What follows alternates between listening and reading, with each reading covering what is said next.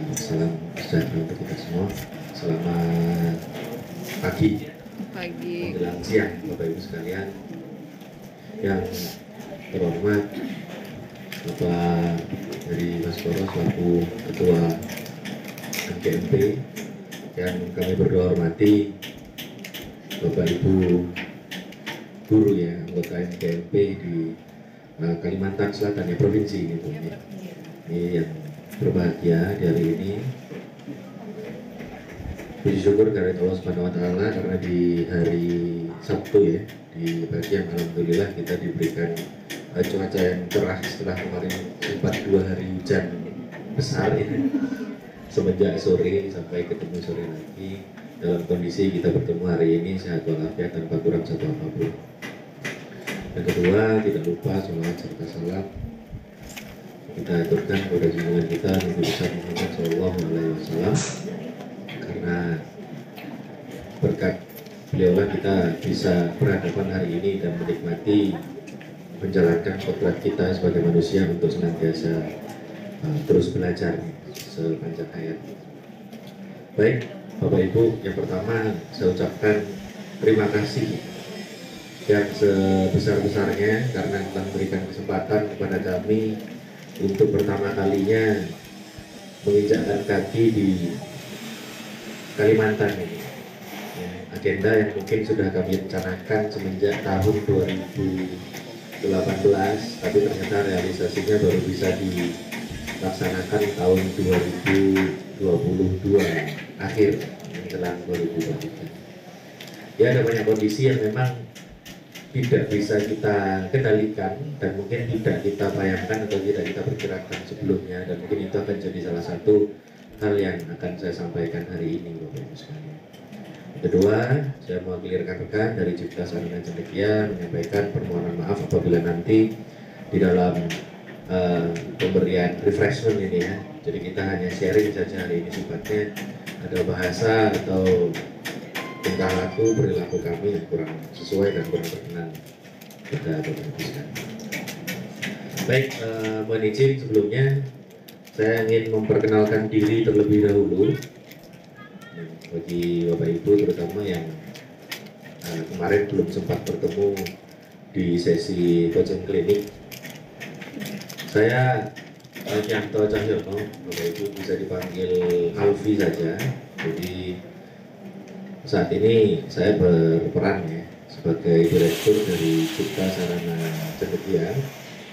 Hari ini saya ditemani satu orang tim, yaitu Mbak Indah tadi sebagaimana dikenalkan, ini yang akan mendampingi di hari ini dalam pelaksanaan bukan guru tamu, bukan pelatihan, saya sebutnya refreshment aja ya, karena kita mungkin hanya akan refresh saja.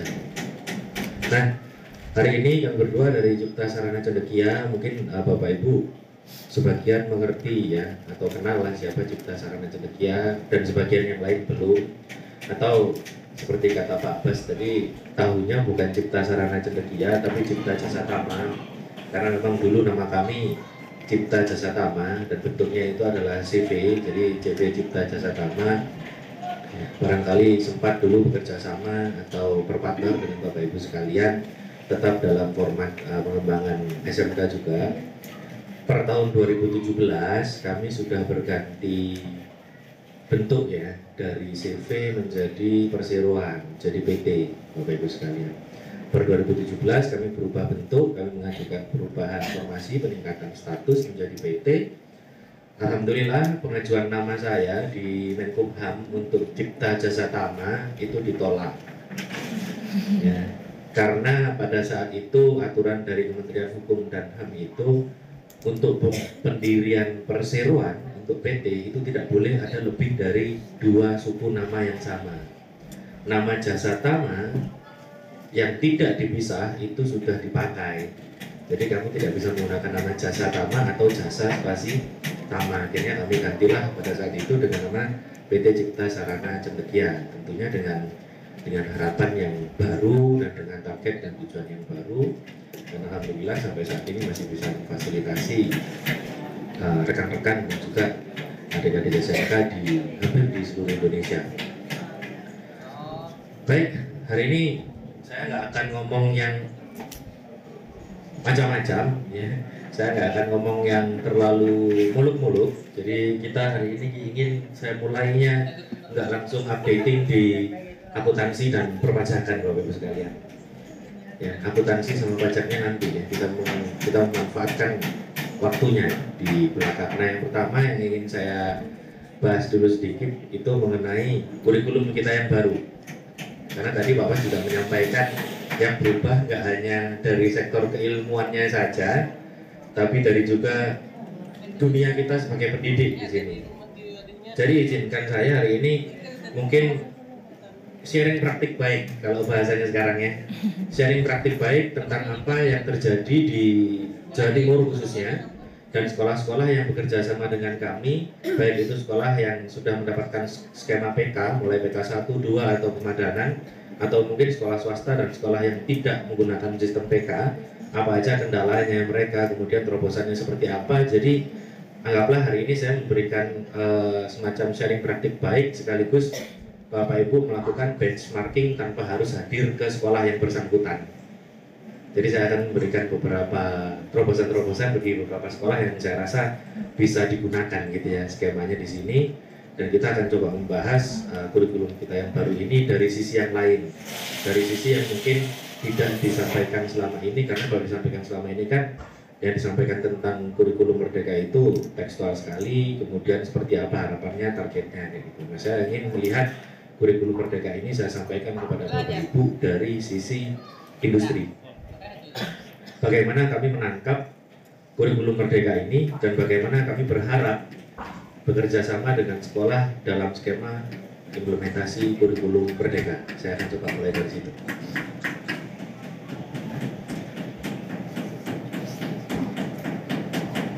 Baik, kalau kita ngomong masalah kurikulum Merdeka, Bapak Ibu, mohon izin saya sambil berdiri ya. Kalau kita ngomong masalah kurikulum Merdeka, Merdeka Belajar, yang terkena yang ikut berkembang bersama kurikulum ini kan nggak hanya kita yang di dunia pendidikan vokasi di level sekolah menengah ya, bahkan di perguruan tinggi pun, perguruan tinggi vokasi juga menjalankan hal yang sama dengan bahasa yang sedikit berbeda. Kalau kita mendapatkan kurikulum Merdeka, kalau mereka dapatnya Merdeka Belajar Kampus Merdeka. Apa sih esensinya? Bagi kami industri, karena kita bersentuhan langsung dengan keduanya, kurang lebih esensinya sama. Tapi bahkan dalam esensi yang sama ini, si Merdeka Belajar ini punya persepsi sama pemahaman yang jauh berbeda antara teman-teman di sekolah ya dengan teman-teman di perguruan tinggi. Itu luar biasa sekali. Terutama pendidikan vokasi di perguruan tinggi sama pendidikan vokasi SMK, cara untuk memahami 8 kebutuhan pokok atau 8 istilahnya 8 senjata utama dari si Merdeka Belajar ini agak kurang ini ya, kurang sinkron gitu. Padahal yang diharapkan kan justru setelah anak SMK ini nanti lulus, apabila mereka meminati atau mengambil peminatan melanjutkan dan mereka melanjutkan di perguruan tinggi, harapannya di perguruan tinggi vokasi dan ujungnya nanti akan tetap ke arah industri. Nah, di awal dari gaungnya yang selalu disebutkan adalah penguatan karakternya. Anak-anak kita minta untuk apa? Untuk mengerjakan apa itu laporan keuangan langsung ke lapangan. Jadi kita misalkan berdua membuat produk, kemudian selanjutnya kita membuat laporan keuangan. Ya. Seperti itu. Apakah esensi project based learning ini harus langsung membuahkan sebuah produk, atau kita terjun langsung ke lapangan bertemu dengan industri? Apakah kita sudah betul-betul nyari itu definisi dan perbedaan dari project based learning sama problem based learning? Mana sistem pembelajaran berbasis problem, mana sistem pembelajaran berbasis project di situ. Karena kalau saya boleh bilang, ketika kita meminta anak mengerjakan siklus akuntansi dan di situ kita tambahkan, kita kolaborasikan dengan mata pelajaran yang lain, itu project. Project itu hasilnya nanti tidak harus ada manfaatnya bagi di luar, tapi project itu harus ada yang dapat mereka presentasikan dan mereka bertanggungjawabkan. Itu namanya project. Karena kita yang mahasiswa pun ketika dikasih tugas project, belum tentu kita langsung terjun ke masyarakat. tapi namanya tetap project. Kenapa? Karena ada tahapan yang harus diselesaikan di sana, dan mereka harus mempertanggungjawabkan. Contoh, kami mau melaunching satu program namanya manual book untuk project based learning. Saya membuat 2 jenis project based learning, Bapak Ibu. Untuk kelas 11 atau kelas 12 di fase F ya, saya membuat project based learning namanya penyusunan annual report, penyusunan laporan tahunan.